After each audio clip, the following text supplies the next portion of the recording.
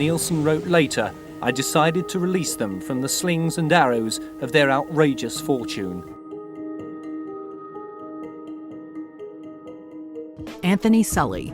Anthony Sully joined the police in Millbrae, California, a position he held until 1974 when he quit and eventually created an electrical and construction contractor company that was based in a warehouse in Burlingame.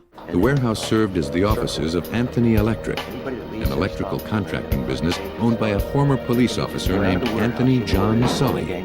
We've explained that to you already. So here's how you better known as Jack. Soon, he fell into the escort scene, befriending those in power, such as Tina Livingston.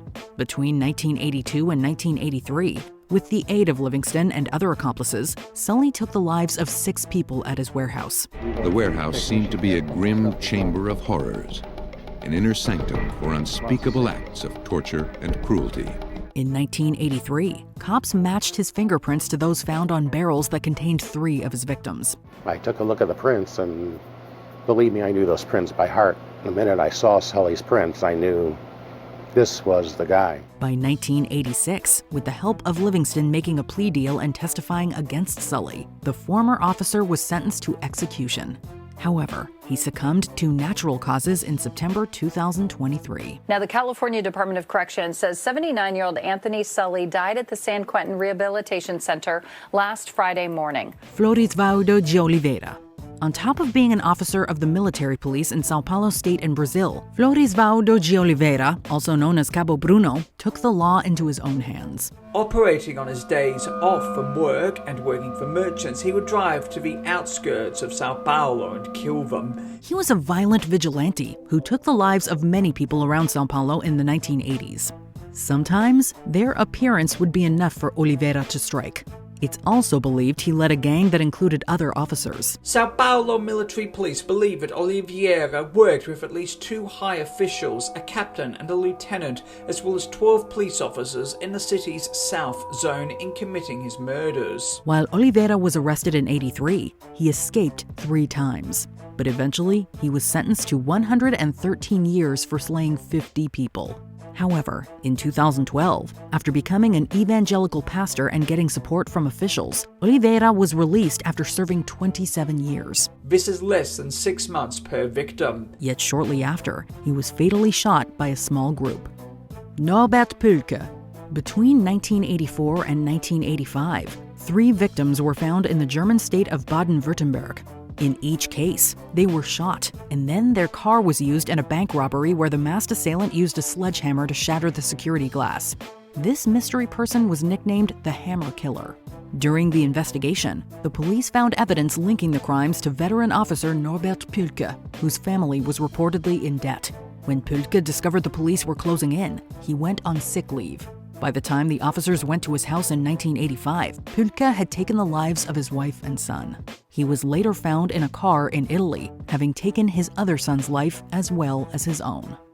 Dennis Nilsen. In 1983, a plumber was checking out the pipes at a property in London, England, when they discovered them coated with a strange substance. After an investigation, that material was found to be human remains. This led police to the flat belonging to Dennis Nilsen, a British Army veteran who worked as a police officer briefly in 1974. They opened the door. There was this awful smell. We were quite aware of what it was. It's a smell of rotting flesh, human flesh. The cops soon discovered further remains within the Scotsman's residence, and he was arrested, giving a confession before retracting it later. The civil servant was found guilty of taking the lives of 6 people and was sentenced to life imprisonment with a minimum of 25 years. Nilsen, a 37-year-old civil servant, showed no emotion as sentence was passed. However, it's believed Nilsen killed up to 16 people. As Nilsen wrote later, I decided to release them from the slings and arrows of their outrageous fortune. Nilsen passed away in 2018 after complications from surgery. Mikhail Popkov.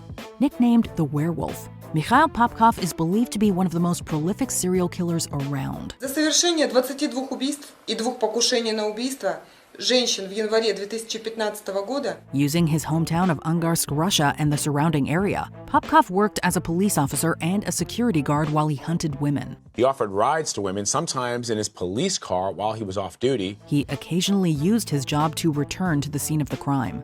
In 2012, DNA evidence led the police to Popkov, and he was arrested. In 2015, he was sentenced to life imprisonment for taking 22 lives. However, in 2018, he was found guilty of further cases, bringing his victim count to 78. Today, in court, prosecutors described him as having, quote, a pathological attraction to killing people. Popkov has claimed he's killed 84 people, yet due to a lack of evidence, these could not be included in his convictions. Rosemary Dlovu. Working as a police officer in Tembisa, South Africa, Nomia Rosemary Dlovu was struggling with a gambling disorder. As such, she used to skip work to avoid paying her debts. But in 2012, Dlovu had a dark realization about funding her lifestyle. And I remember at the time that article read like a movie. She would take out life insurance on family members, have them slain by a hitman, and then receive the payout.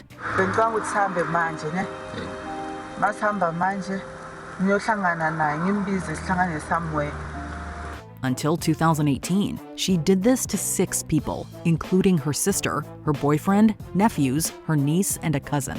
However, when Dlovu asked a hitman to take out her sister and her children, she didn't realize the person was actually an undercover cop. Police had set up a sting operation when one of the men that were hired to take out her sister turned to the police because they got scared. In 2021, Dlovu was sentenced to 6 life terms for her spree. John Christie. In 1953, former Special Constable John Christie had to move out of his flat in London, England. It was then discovered that 3 bodies were hidden in the kitchen. Christie then took her body to the alcove, placing it alongside his previous 2 victims. For a week, Christie evaded capture before eventually being caught. While he was solely charged with the slaying of his wife Ethel, the remains of 5 people in total were found on Christie's property and buried in the garden. Nobody knew they'd been visiting Christie. It meant he was free to continue his murder spree. He also confessed to the killing of Beryl Evans. With testimony by Christie, Timothy Evans was wrongly executed for killing his wife and their daughter in 1950. It's speculated that Christie had killed upwards of 8 people. If you've been putting your wife under the floorboards and nobody's ever noticed that the smell is overpowering, of course you're going to think you can get away with anything. He was found guilty of Ethel's murder and was sentenced to execution, which took place in 1953. Gennady Mihasievich. From the outside, Gennady Mihasievich seemed like a decent person in the town of Polotsk in modern-day Belarus. Shortly after the marriage, they had 2 kids together, a boy and a girl. Gennady adored both of them. After all, he had a family, was part of the Voluntary People's Druzhina, was a teetotaler, and was active in local politics. However, from 1971 to his capture in 1985, Mihasievich took the lives of many people, then robbed them and handed the items to his unsuspecting wife. Due to his voluntary police position, Mihasievich even investigated his own crimes. There are even reports of other people being executed for Mihasievich's slayings. In 1979, militia arrested Nikolai Terenya for a murder of a woman. He was homeless and didn't have a job. That's why he couldn't give any alibi. He was caught when his handwriting matched notes left on the victims. Experts checked more than 500,000 of them, and they found a match. A written statement that was given by Gennady Mihasievich to police when he was stopped for unrelated reasons had matching handwriting. After confessing, Mihasievich was executed in 1987. It's speculated he took the lives of more than 55 people. Joseph James DeAngelo. Due to advances in DNA technology, it was discovered that the mysterious assaulter and the original Night Stalker who had terrorized California were the same person. He would walk through the area just like a normal person, so nobody would notice him. This led to the nickname the Golden State Killer. In 2018, using genetic genealogy with DNA evidence from the crime scenes, the police found the culprit, Joseph James DeAngelo. From 1974 to 1986, DeAngelo committed a litany of horrible crimes, even when he worked as a police officer in the state. The Golden State Killer's genetic profile had been plugged into the genealogical website gedmatch.com. and it returned a link to genetic material stored there by one of DeAngelo's relatives. In 2020, as part of a plea deal and the statute of limitations on assault cases, he pleaded guilty to 13 murders and 13 kidnappings and received multiple life imprisonments. I may have been one of your victims, DeAngelo, but you know what? Now I'm a survivor thriver. However, it's believed DeAngelo is responsible for at least 13 murders, 51 assaults, and 120 robberies. Gerard John Schaefer Jr. In 1972, Gerard John Schaefer Jr. had hidden his dismissal at the Wilton Manors Police Department for harassing women to become a sheriff's deputy in Martin County, Florida. Shortly after, he abducted 2 teenage girls. However, they escaped and Schaefer was arrested. Schaefer says when he went back to check on the hitchhikers, they'd disappeared. He's in big trouble, and he knows it.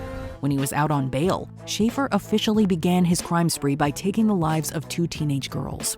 After spending 6 months in jail for the kidnapping, in 1973, Schaefer was arrested for the slayings after he was seen with the victims. The jury's verdict is unanimous. He was found guilty and received 2 life sentences. Schaefer was killed in prison in 1995.